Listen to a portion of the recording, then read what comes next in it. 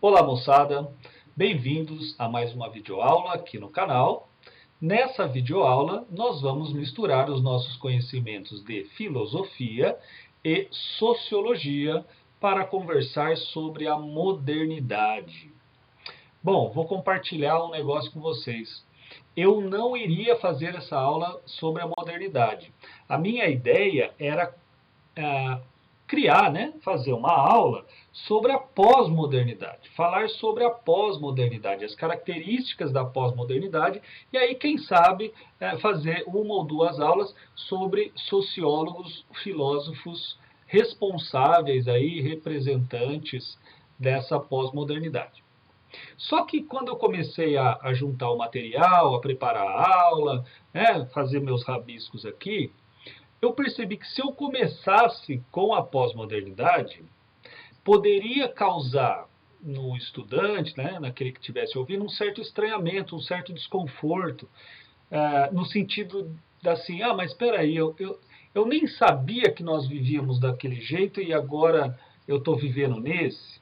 Né? Então, em outras palavras, a hora que eu estava formulando aqui, né, a aula sobre a pós-modernidade, eu percebi que muitos pontos não estavam, não estariam bem explicados se não tivéssemos uma base que é essa base da modernidade. Então, muitas mudanças que aconteceram na pós-modernidade, elas não seriam suficientemente bem entendidas se as características gerais, pelo menos, da modernidade, não estivessem bem estabelecidas aqui na cabeça daquele que ouve, no caso de vocês mesmos. Né? Então, a minha decisão foi para que a gente pudesse chegar na pós-modernidade, houvesse uma aula sobre a modernidade. Sempre aqui nesse caso, né, nessa aula, tentando deixar de lado o máximo possível filósofos específicos, sociólogos específicos, para abarcar o geral, ou seja,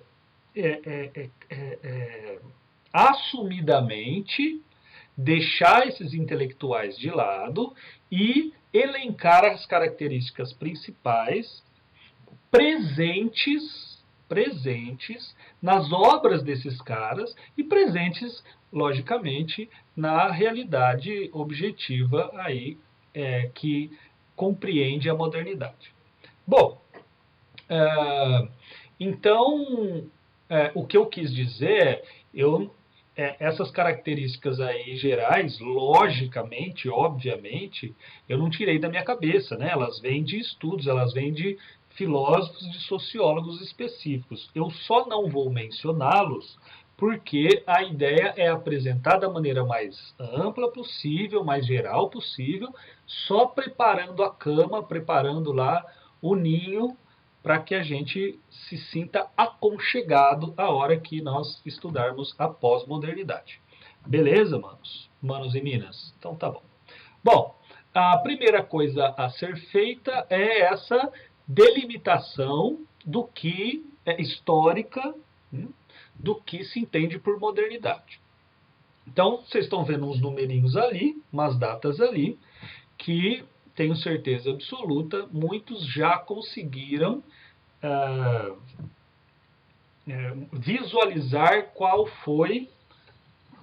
quais foram os fenômenos históricos que aconteceram nestes anos, que se tornaram famosos.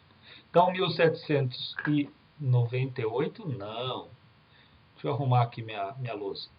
1989, a data mais fácil de decorar do mundo, 1789, que é a Revolução Francesa, e 1914, que marca o início da Primeira Guerra Mundial. Então, a modernidade ela tem esse período. Início da Revolução Francesa, início da Primeira Guerra Mundial. Certo? Portanto, um período que está longe de vocês, quase que, né, da maioria de vocês, quase que um século. Isso significa que todos nós vivemos na pós-modernidade. Muito bem. Bom, quais são as características peculiares da modernidade? Primeiro, é o carro-chefe, é o que vai originar todas as outras características, que é o uso da razão, né? Que é esta racionalidade. Bom, acredito eu que essa ideia de racionalidade, ou uso da razão, ela esteja muito clara, né? Ela esteja muito clara. Porém, vamos tomar muito cuidado que quando nós falamos da racionalidade moderna, nós não estamos falando sobre a racionalidade que vigorava, por exemplo, na Grécia Antiga e na racionalidade que vigora dentro das religiões, que vigora na religião, particularmente católica, protestante, cristã. Então, a razão da modernidade é uma racionalidade, vamos chegar aqui na lousa, é uma racionalidade instrumental. O que significa uma racionalidade instrumental? Significa que a razão não é mais entendida como uma entidade que ordena o mundo de cima para baixo. Não é mais entendida como uma razão que estipula, que determina os fins últimos das ações humanas e propriamente da realidade que a gente vive. Uma racionalidade instrumental é uma racionalidade internalizada.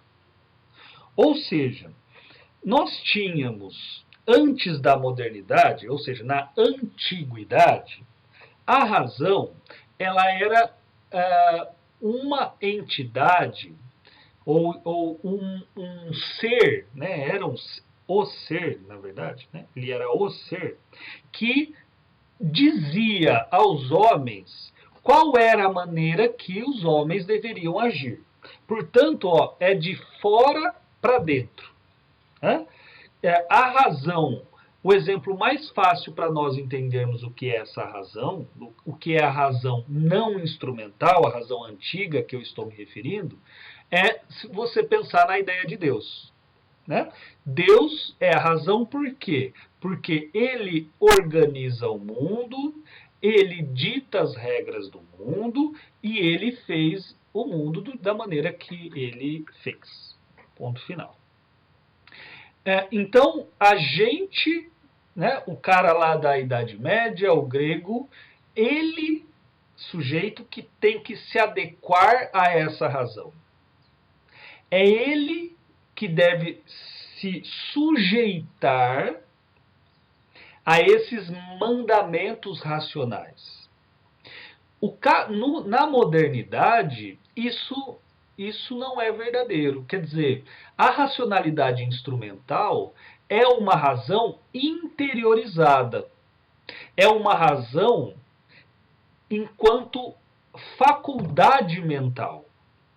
Enquanto um instrumento que pesa, né, que calcula meios e fins. Ou seja, é o que você entende por uma pessoa, né, no sentido bem rasteiro do termo, bem amplo do termo, uma pessoa inteligente. Quem que é uma pessoa inteligente? É uma pessoa que consegue resolver bem exercícios de matemática, por exemplo. Então, para que ela faça isso, ela tem que ter uma racionalidade. A gente fala que ela é inteligente, por quê? Porque ela tem uma racionalidade bem desenvolvida, que ela consegue pensar bem, né? Falando de uma maneira bem rasteira, né? Num português assim bem coloquial, é isso. A racionalidade instrumental é aquela razão que você aplica no dia a dia para viver melhor. Ou viver melhor segundo a sua perspectiva. certo? Viver melhor segundo a sua perspectiva. Ah, essa racionalidade, então, essa racionalidade instrumental, ela é ela quem vai permear tudo que vier depois, né? Todas as outras características. Essa racionalidade instrumental é a racionalidade por excelência do homem, né? O homem no sentido do ser humano. Não é mais de novo, né? Repito pela última vez, não é mais essa racionalidade transcendente ao homem, em que o ser humano ele tem que se adequar à realidade, mas o contrário. É a razão humana que cria a realidade. É a razão, é o uso da racionalidade que proporciona a realidade histórica, se vocês quiserem. Assim. Certo? Então, tenhamos cuidado. A razão da modernidade é uma razão humana, essencialmente humana. Vai contra todas aquelas razões, digamos, tradicionais, tá? Ou transcendentes, ou metafísicas, se vocês quiserem. Bom, o segundo ponto é este da ordem, do estabelecido, do dado. O que é, né? O que a gente deve entender por essa ordem? Essa ordem é a tentativa propriamente de colocar ordem onde não tem. Tá? Esse é o ponto. A modernidade, ela se caracteriza, e aí eu estou falando principalmente dos sociólogos positivistas, do Durkheim, do Comte, é colocar o que esses sociólogos têm como objetivo nas suas teorias. A ideia, né, o objetivo é entender de que maneira nós chegamos a esse estado, ou seja, de que maneira nós chegamos à modernidade e como é possível retomar uma ordem que não mais aquela da Idade Média. Então, dizendo isso de um modo mais claro, não é que a modernidade em si esteja ordenada. Não é isso em absoluto, porque ela não está. Né? Ela não está. O que eu quero dizer aí com a ordem é que os pensadores, particularmente os sociólogos, os estadistas, os homens de governo, eles têm como intenção estabelecer uma ordem social, evidentemente. Estabelecer uma ordem que, por um outro meio que não mais o religioso. Por quê? Porque nós perdemos isso. Né? A modernidade ela é caracterizada por essa descrença religiosa. Ela é caracterizada pela perda da religiosidade. E a religiosidade era algo que servia de cola, que servia para manter as pessoas unidas na Idade Média. Com a Revolução Francesa, ou melhor, né? Claro que a Revolução Francesa ela é a gota d'água, mas o que eu estou querendo dizer é, com a Revolução Francesa, ela marca este fim do domínio religioso e, portanto, da ordem tradicional, da ordem e da hierarquia tradicional apresentada na sociedade. Então, a preocupação lá do Comte, do Durkheim, né, dos positivistas de uma maneira geral, a sociedade está uma zona. De que maneira nós podemos organizá-la? Ou o que será que vai dar ordem a esta sociedade? Né? O que será que vai ordenar a sociedade? E a gente vai ver que para eles é o conhecimento científico. É o conhecimento científico associado, né, o conhecimento científico associado à divisão do trabalho, né, certo? Bom, o conhecimento científico, ele marca essa objetividade, né? Ele marca essa... Desculpa, o conhecimento científico, ele tem como característica a objetividade. Lembrem-se das aulas aí no canal, por enquanto, não tem nenhuma, pelo menos na época aqui de gravação, né, quando eu estou gravando, não tem nenhuma que fala sobre as ciências modernas, né, o estabelecimento das ciências modernas. Mas isso talvez você se lembre das suas aulas de história ou mesmo de filosofia lá do primeiro ano, terceiro ano, acaba uma das características dessa ciência nascente, né, da ciência moderna, é a objetividade. O que significa a objetividade? Considerar as coisas a partir delas próprias. Ou seja, considerar as coisas a partir do que eu vejo delas. Considerar as coisas enquanto ato.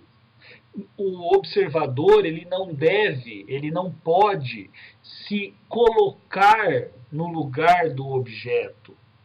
O observador, o cientista, ele deve olhar para a realidade como o seu objeto e não que ele deva se misturar com o objeto. Deu para entender?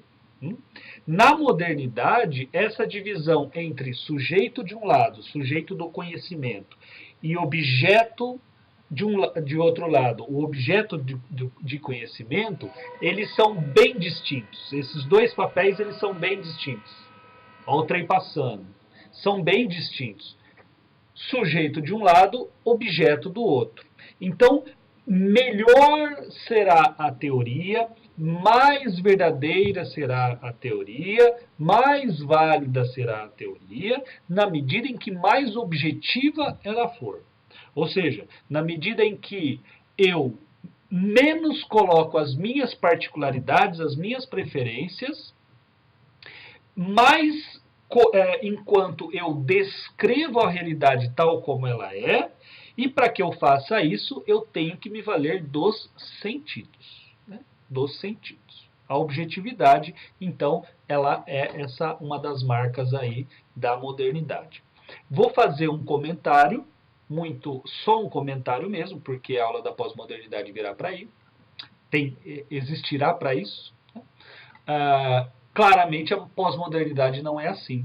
Né? É só você lembrar, por exemplo, de todos os existencialistas, particularmente aqui no Brasil, da Clarice Lispector. É só você lembrar da psicanálise, é só você lembrar da escola de Frankfurt, é só você lembrar que essa objetividade ela é uma balela, né? Uma balela.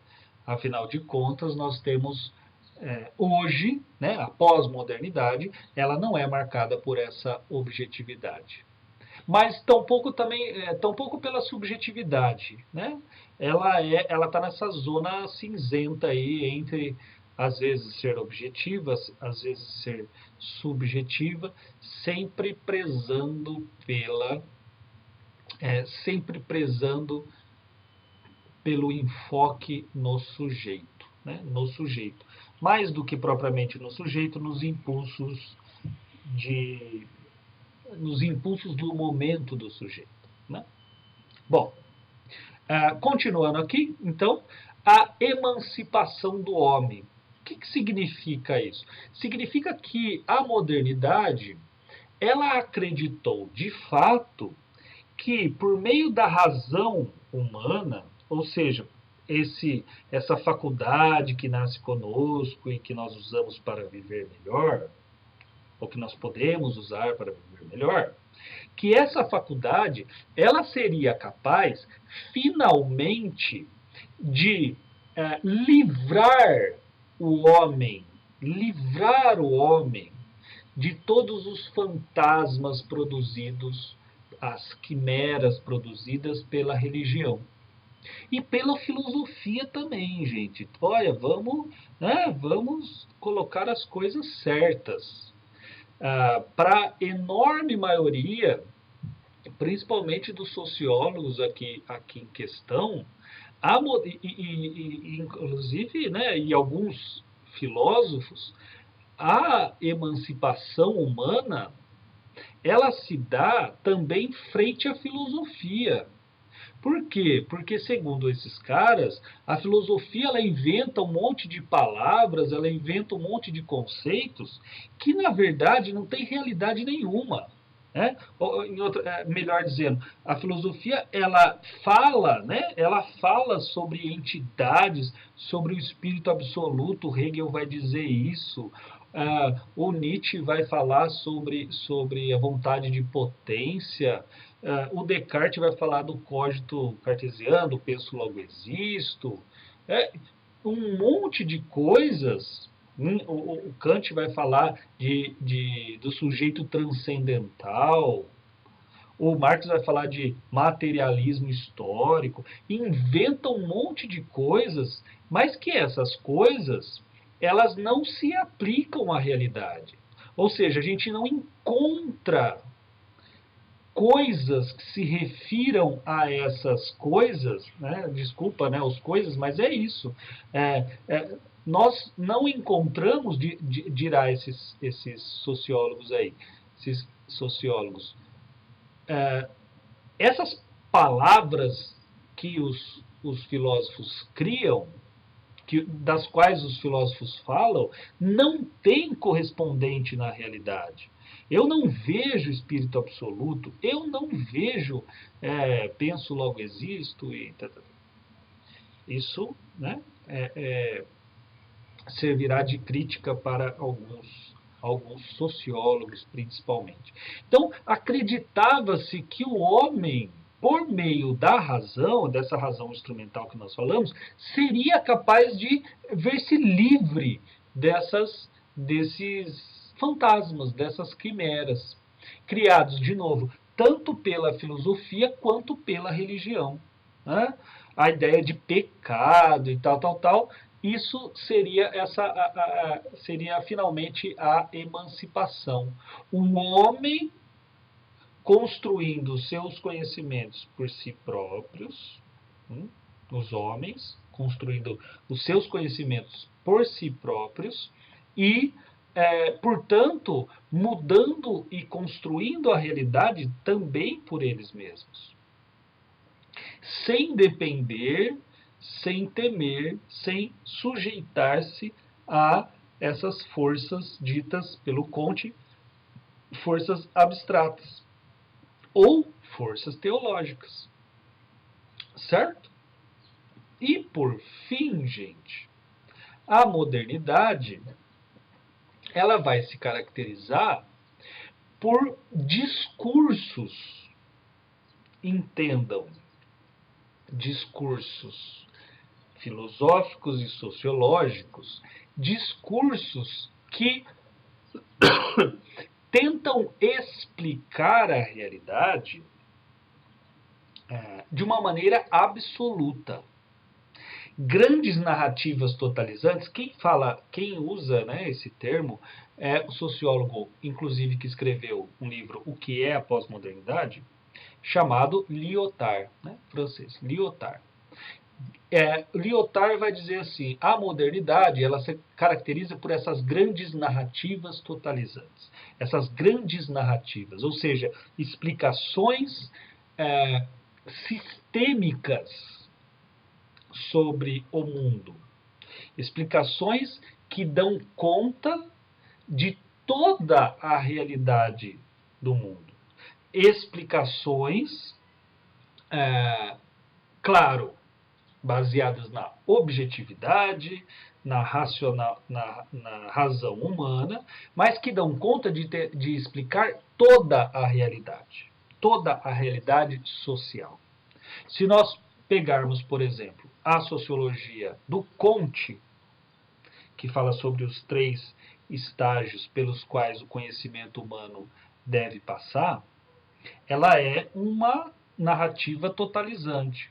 Ou seja, o contismo, ele resume com essa lei dos 3 estados, ou a lei dos 3 estágios, do jeito que você quiser, essa teoria, ela resume a realidade humana. E ao resumir a realidade humana, ela exclui tantas outras. Isso é importante. Né? Isso é importante. Não há possibilidade na modernidade da convivência entre duas explicações, entre duas narrativas. Entre duas narrativas totalizantes.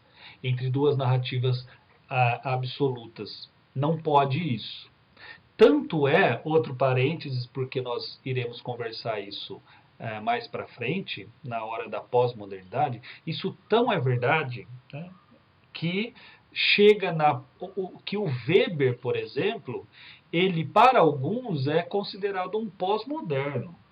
O Weber, sociólogo, lá que está vivendo aí no finalzinho do século XIX, e na primeira metade, né, até 1920, alguma coisinha lá,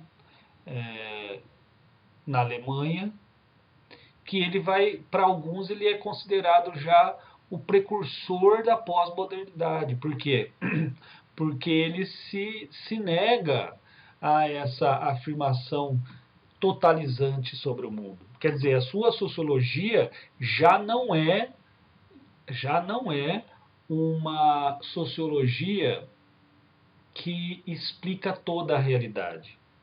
Diferente da do Comte, que eu mencionei, diferente da do Durkheim e diferente principalmente da do Marx. Né? O Marx também é uma grande narrativa totalizante, né? O marxismo. O marxismo, pelo menos essa é a pretensão, explica toda a realidade. Não deixa um ponto de fora. E essa é a característica da pós-modernidade. Né? Da modernidade. Enquanto a pós-modernidade, ela será totalmente fragmentada. Né? Fragmentada. Bom, se nós tivéssemos, gente, que resumir todos esses pontos aí que nós conversamos, a gente poderia dizer o seguinte: do início da Revolução Francesa até a Primeira Guerra Mundial, nós tínhamos uma crença enorme de que a razão humana seria capaz de trazer a felicidade aos homens. De que os seres humanos teriam uma vida muito melhor ao usar a razão. De que as instituições sociais, desde que fossem racionalizadas, desde que fossem ordenadas segundo a razão, trariam benefícios aos homens.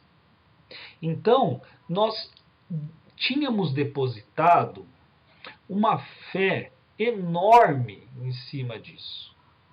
Nós tínhamos depositado uma fé enorme em cima da razão.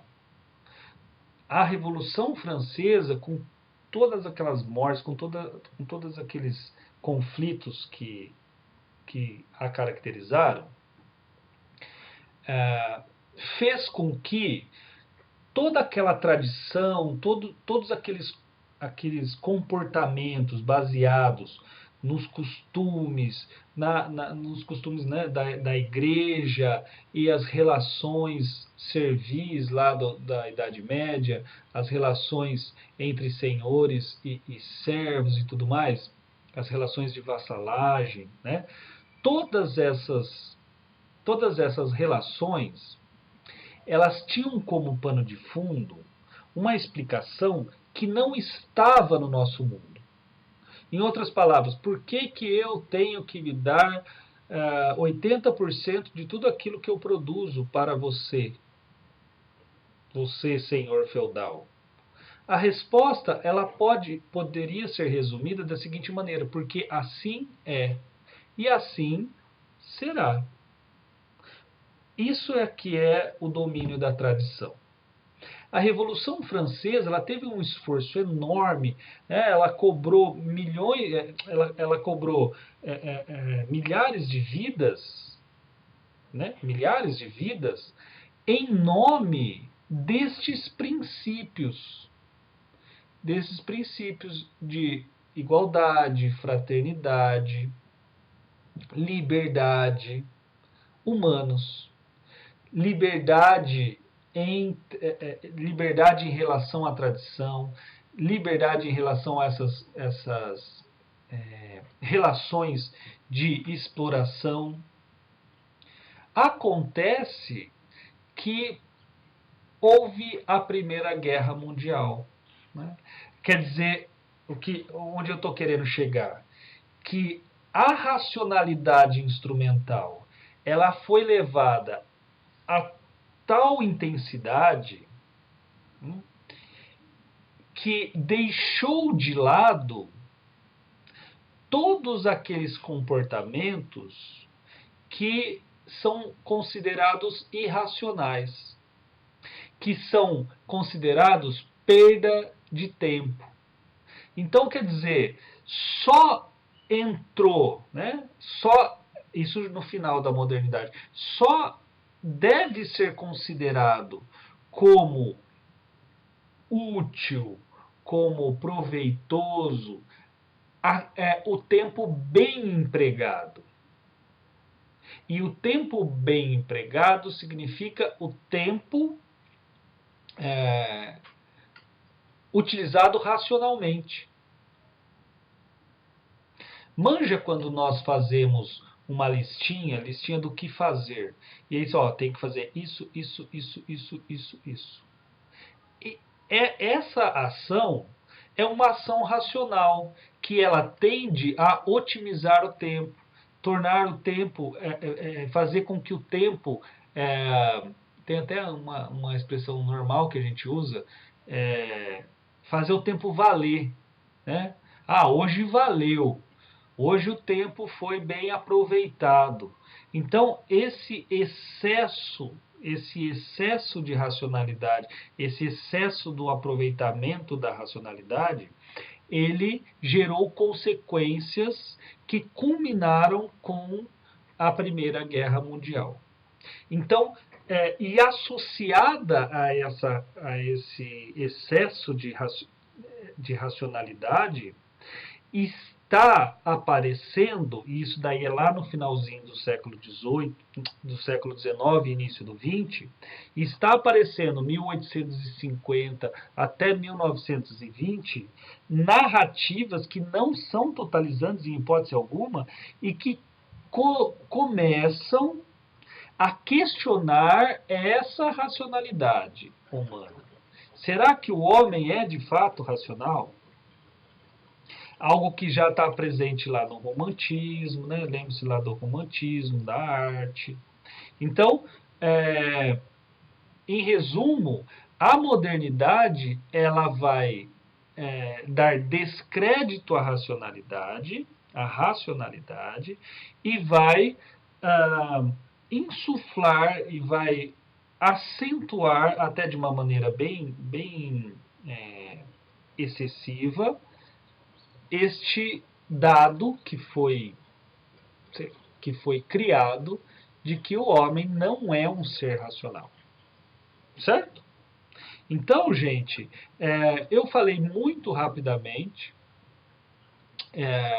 sobre esses tópicos. A ideia era só ambientalizá-los para que nós pudéssemos chegar na modernidade e falar assim, na pós-modernidade, falar, ao contrário lá da racionalidade, agora nós temos a intempestividade, né?